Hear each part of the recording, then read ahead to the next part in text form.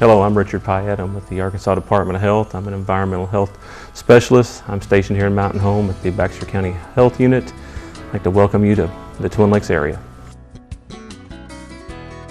Standard septic system is a system that consists of a perforated pipe surrounded by gravel or other approved product by the department and installed in such a manner that the clarified effluent from the septic tank or pre-treatment unit will be uniformly distributed into the natural soil. Basically what this is a septic tank or pre-treatment unit that treats the sewage, then the effluent flows or is pumped into a distribution box. Then from the distribution box it's equally distributed back into the natural soil in trenches that are 18 inches deep and 24 inches wide. The other types of systems are what we call a modified standard system, and that's commonly referred to as a capping fill. We use a 12-inch trench, 24 inches wide, 12 inches deep, 24 inches wide, and then we add a foot of topsoil cover over the entire system, and this is to make up for limited natural soil. There's also alternate type systems, and these systems are used in applications where a standard or a modified standard is not suitable. We also have experimental systems, and these are on a case-by-case basis.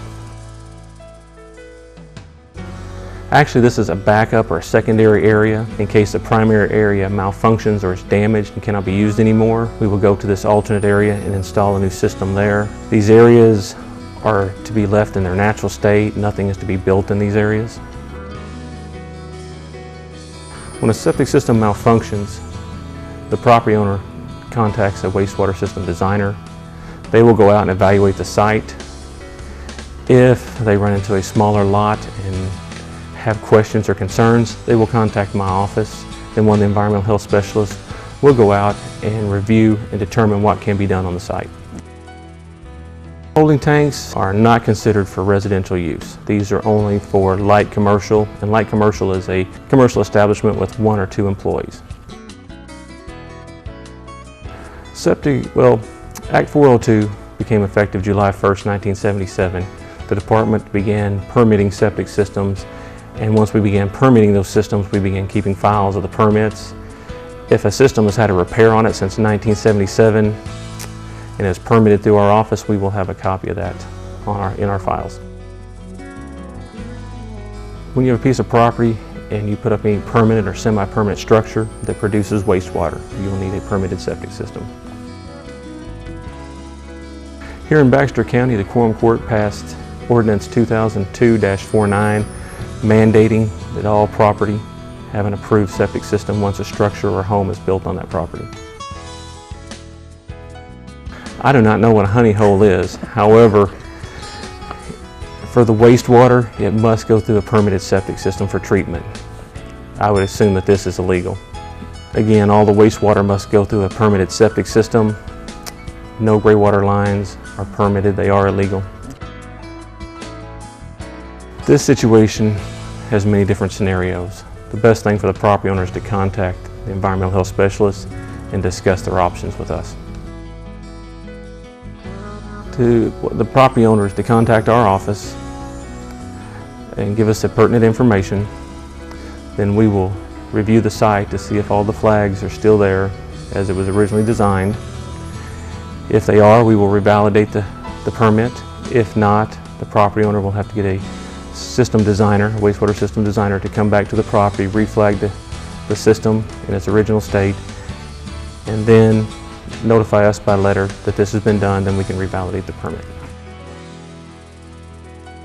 When buying an existing home, the best thing to do is try to get all information you can on the septic. Original permits, repair permits, contracts that they've had for having the tank cleaned out. And if they can't get that information, it's up to the buyer if they want to continue the purchase. Now, getting an inspection, most of these inspections are only a tank cleaning with a letter indicating the condition of the tank. No one really knows the condition of the field lines. Only if you replace the mobile home with a home that has the same amount of bedrooms. In Arkansas, our systems for residential use is designed on bedroom size. The test that the health department does is a test for total coliforms and E. coli. This is a positive-negative test. It costs $17 per sample. And this is up to the property owner. If they want one on a set schedule, that's fine. If their water quality changes as far as turbidity or an unusual odor, then they can consider getting a water test. Well, really, to determine if a well is contaminated, you'll need to get a hydrogeologist and arrange with a private lab to run a whole spectrum of tests to determine what kind of influence the well may be having or may be getting. Also, the Department of Health recommends that if you do have a well within 100 feet of the system, if at all possible, to move your system and make sure that it meets all the health department's minimum setbacks. Okay. If you have any further questions, feel free to call our office. It's 870-425-2545, or you can visit our website at healthyarkansas.com.